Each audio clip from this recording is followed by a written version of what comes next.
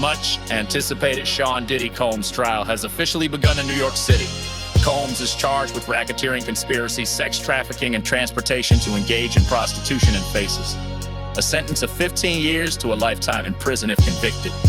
Because of his celebrity status, there's been a lot of speculation leading up to his court date about who will be called as witnesses.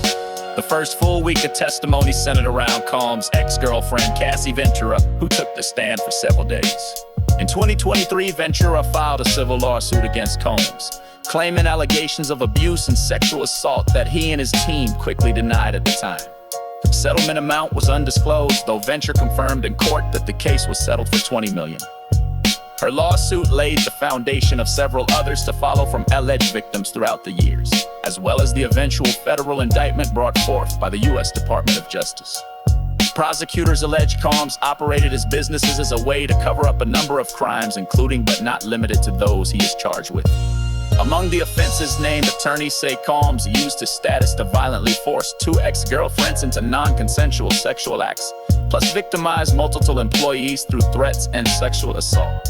In addition to Ventura, the prosecution has called government witnesses who spoke about the alleged violent behavior against Ventura, including a notable instance which was made public online ahead of the trial.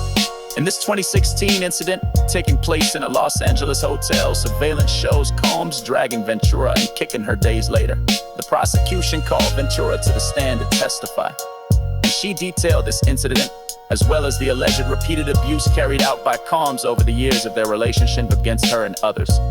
As for the defense, Combs' attorneys called the accusations a money grab and admit to Combs' temper and physicality, though they argue the alleged crimes involving the two ex-girlfriends were consensual. However, several others have come forward with allegations against Combs that have ranged from sexual assault to physical abuse and other crimes. As the trial continues and more evidence and testimony are presented, the jury will have to decide if it's enough to convict Combs of all the crimes he's charged with. Members of Diddy Kane, the girl band that Combs formed nearly 20 years ago, were also called to the witness stand to discuss alleged sexual misconduct and abuse against them.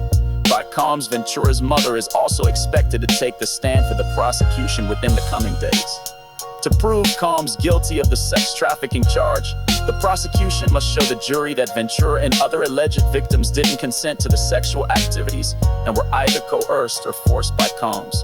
In addition, there must be proof these illegal activities were part of a bigger money-making scheme to convict Combs of the associated racketeering charges. Regarding the charges, the DOJ indictment states, among other things, Combs' sexual abuse of women included causing them to engage in frequent days-long sexual activity with male commercial sex workers, some of whom were transported over state lines. These events, which Combs referred to as freak-offs, were elaborate sex performances that Combs arranged, directed, and often electronically recorded to ensure participation in freak-offs.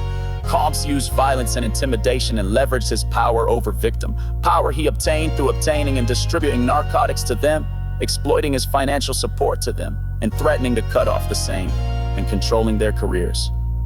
Allegations against Combs as they relate to this case go back to the early 1990s, which lay out a pattern of control and abuse through physical and sexual violence. Though Combs denies all allegations against him, it's difficult to believe that nothing in the accusations from any of the alleged victims holds some truth. However, the jury must focus on the case at hand and let the evidence guide them to a decision.